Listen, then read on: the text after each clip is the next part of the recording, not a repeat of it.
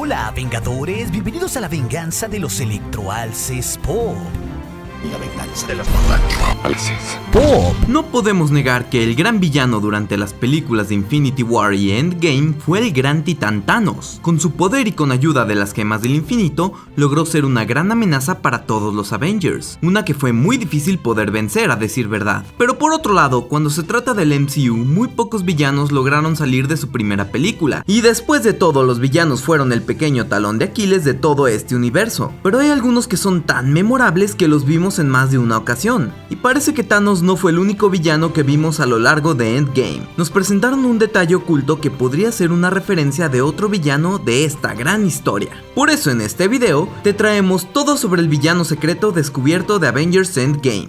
Y recuerda suscribirte al canal y darle clic en la campanita para que no te pierdas nada de nuestro futuro contenido, Vengador. La película final de la ya conocida como Saga del Infinito del universo cinematográfico de Marvel encontró una manera de rendir homenaje a casi todas las películas anteriores. A lo largo de toda la película de Avengers Endgame nos mantuvieron interesados en la trama central de la cinta, poder averiguar cómo los Avengers podrían vencer a Thanos y lograrían revertir los efectos del chasquido, nos dejó pegados a la silla del cine durante poco más de 3 horas. Pero para lograr este objetivo se necesitaba hacer uso de los viajes en el tiempo para así tomar las gemas del infinito de un lugar preciso en el tiempo previo a que las robara Thanos. En esta cinta nos dimos cuenta que el gran Thanos consiguió ser un gran enemigo para los Avengers. No solo borró la mitad del universo después de chasquear los dedos, sino que más adelante logró destruir las gemas para casi volverlas partículas subatómicas. La única alternativa era recuperarlas del pasado, y es gracias a los viajes en el tiempo que esta cinta nos comparte un montón de referencias a su larga trayectoria de las primeras fases, volviendo a ver batallas, encuentros y hasta bailes desde otra perspectiva.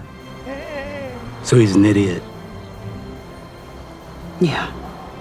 Pero hubo aún más secretos escondidos en esta cinta, como la presencia de villanos de este gran universo que pensábamos que ya no íbamos a volver a ver. Los fans pudimos ver en esta cinta y en Infinity War cómo Red Skull era el guardián de la gema del alma. Esta inclusión de este villano del Capitán América fue una agradable sorpresa. Pero tal parece que hay otra conexión entre Endgame y el legado de Red Skull que no nos habíamos percatado antes, y lo podemos ver durante los viajes en el tiempo, en concreto en el año de 1970. Ahora con la versión de DVD y Blu-ray de la película, ha sido posible ver esta cinta con mucho más detalle. La oportunidad de regresar y poner pausa han hecho posible que muchos fans detectaran muchos easter eggs que pasaron desapercibidos dentro del cine. Entre ellos se ha revelado a un personaje que más adelante sería el responsable de que el Cap se enterara del legado de Hydra y de la destrucción de la agencia de S.H.I.E.L.D. años después. Esta conexión la podemos ver gracias a que Scott Lang y Tony Stark fallan con la recuperación del Tesseract y por ello es necesario realizar otro salto en el tiempo para poder recuperar la gema del espacio. Esta nueva referencia sucede después de que Tony y Steve Rogers viajan al campamento Lehigh y se infiltran con éxito en la instalación de S.H.I.E.L.D., que se encuentran en parte en un búnker a nivel subterráneo. Mientras Steve Rogers busca las partículas Pym para poder regresar a su tiempo en la oficina de Hank Pym, Tony Stark va aún más lejos para tratar de recuperar el Tesseract. Ahora ya se puede confirmar que el laboratorio al que ingresa Tony Stark es probablemente el mismo que visitó Steve Rogers y Natasha Romanoff en Capitán América el Soldado del Invierno. Ese laboratorio era el que pertenecía a Armin Zola. Todos los Vengadores familiarizados con las películas de Capitán América seguramente recordarán a Armin Zola, un villano que debutó en Capitán América el primer Vengador del 2011. Él era el científico de Hydra y la mano derecha de Red Skull, quien fue capturado por S.H.I.E.L.D. En el Soldado del Invierno del 2014 fue donde descubrimos que gracias a Operación Paperclip, el científico suizo supuestamente desertó de Hydra para unirse a S.H.I.E.L.D. Sin embargo, como ahora todos lo sabemos, la verdad de que Zola se infiltrara secretamente en S.H.I.E.L.D. es porque estaba trabajando en secreto para Hydra, y es gracias a él que esta ideología se esparce por la organización. A pesar de haber muerto mucho, pero mucho antes de que Steve Rogers descubriera esto, Armin Zola encontró una manera de que su conciencia sobreviviera más allá de su cuerpo. Él transfiere su conciencia a una computadora para tener el poder de influir en los eventos mundiales. Después de su muerte, la mente de Zola vivía en una computadora gigante ubicada debajo del campamento Lehigh. El búnker se mostró por primera vez en El Soldado del Invierno en una escena que termina con la destrucción de la computadora y la aparente muerte de esta segunda versión de Sola. Pero volviendo a Endgame, el laboratorio de Sola no es lo único que aparece en este momento. También en esta escena podemos ver a la pequeña pantalla de estática verde visible en el fondo, tanto antes como después de la interrupción de Howard Stark en este laboratorio. Pero en la escena de cuando Tony entra por primera vez hay uno de estos monitores en el fondo. Ese monitor es en lo que deberíamos de enfocarnos. Las pantallas verdes nos recuerdan a Sola, pero no es hasta ahora que se nos reveló en el breakdown, es decir, el corte donde se ve el proceso de cómo realizaron los efectos visuales de esta escena, que conocemos la verdad detrás de estos monitores. Ahora el equipo de efectos visuales confirma que en esas pantallas verdes ocultaron la silueta en negro y verde de la cara de Armin Zola en una versión de forma anterior de su evolución computarizada inmortal, una forma que solo el Capitán América Steve Rogers habría reconocido, lo que significa que Tony Stark tenía aún menos posibilidades de detectar a Zola que nosotros los espectadores. Pero por el momento no sabemos si esta inclusión de esta referencia está ahí con los motivos de la trama o es simplemente un homenaje realizado por los propios artistas de efectos visuales. Pero los directores de Endgame, Anthony y Joe Russo, que no podemos olvidar que también son los directores de la película de Capitán América y El Soldado del Invierno, han confirmado que incluyeron muchas referencias de esta cinta dentro de Endgame, como por ejemplo la escena de Hail Hydra con Steve Rogers en el ascensor, y parece igualmente probable que hayan decidido insertar en los monitores a Zola para establecer la continuidad con la infiltración de Hydra dentro de S.H.I.E.L.D. De cualquier manera, es un detalle increíble, y es casi imposible de captar a primera vista porque nunca podrían haberse encontrado sin la confirmación de los creadores, lo que significa que los fanáticos de Marvel pueden agregarlo a su lista de referencias de Avengers Endgame. Pero tomando en cuenta que muchas de estas referencias no solo suelen ser casualidad, hace que nos preguntemos, ¿qué hace Howard Stark con el Dr. Armin Zola? ¿Cuál fue el plan misterioso entre estos dos personajes? Estas interrogantes podrían esconder una oscura revelación, porque de la mano con este pequeño cameo de Armin Zola, hay otro dato importante en el encuentro de Tony Stark con su padre.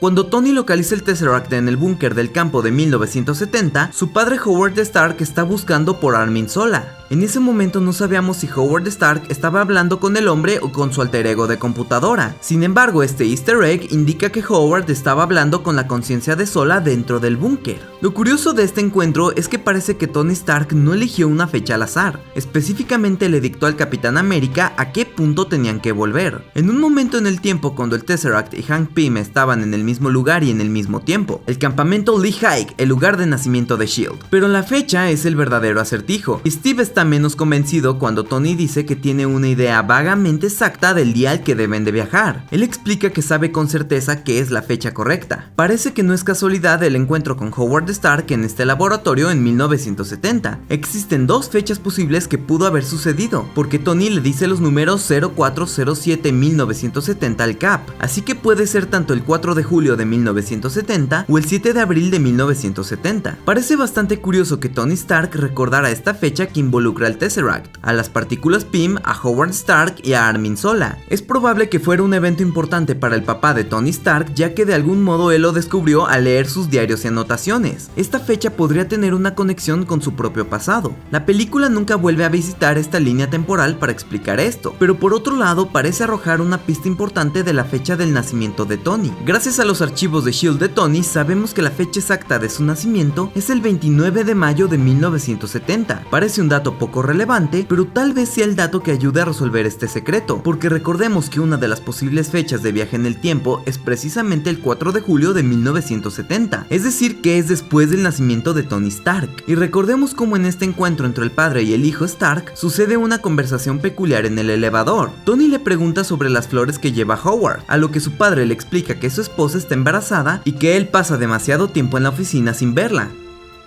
La revelación es importante, pero también es la reacción de Tony, que luce con una cara de total incredulidad, y su siguiente pregunta hacia su padre es sobre los meses de embarazo, a lo que Howard responde de una manera bastante vaga. Pero la pregunta que es importante aquí es, ¿por qué Tony querría preguntar sobre los meses de embarazo de su madre? ¿Y por qué le sorprendería saber que su padre le lleva flores a su esposa antes de que él naciera? Todas estas preguntas se resolverían y el diálogo confuso entre Tony y Howard y las discrepancias de las fechas tendrían bastante sentido si nos diéramos cuenta de que Tony Stark realmente fue adoptado, al igual como sucede en los cómics de Marvel. En las páginas sucede que después de que su hijo biológico del matrimonio Stark fue modificado para poder salvar al mundo con tecnología alienígena y nació con una condición terrible y degenerativa, Howard y su esposa adoptaron a otro niño quien es Tony y lo criaron sin decirle la verdad. La trama se reveló en los cómics de Iron Man 2013, una historia que impacta bastante con el dato de la adopción y con una trama alienígena muy grande. Pero Tony pudo haber sido adoptado dentro del MCU justo como sucedió en los cómics. Esto es realmente posible, y la relación entre Howard y Sola podría estar detrás de todo esto. En esta ocasión sería responsable de un hijo biológico modificado con superpoderes. Recordemos por un pequeño momento que Howard Stark conoció de cerca el experimento del suero del supersoldado, así que esto no sería algo que él desaprobara. Estos datos de la fecha del nacimiento de Tony, que no parecen coincidir con el embarazo de Maria Stark, son el tipo de pistas que Marvel suele esconder, y si le agregamos la cara de completa sorpresa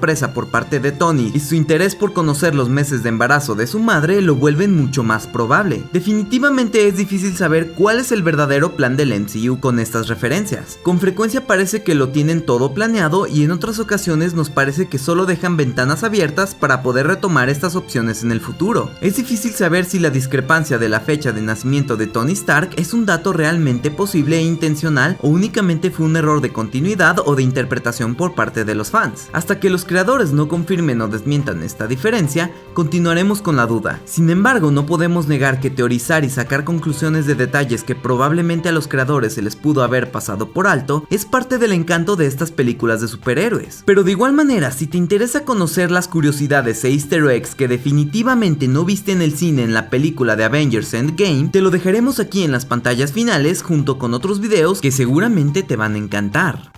Por mi parte, yo los veo mañana. Y como siempre, acabas de ver La venganza de los electroalces pop, lo que te hace a ti un vengador. So say we all.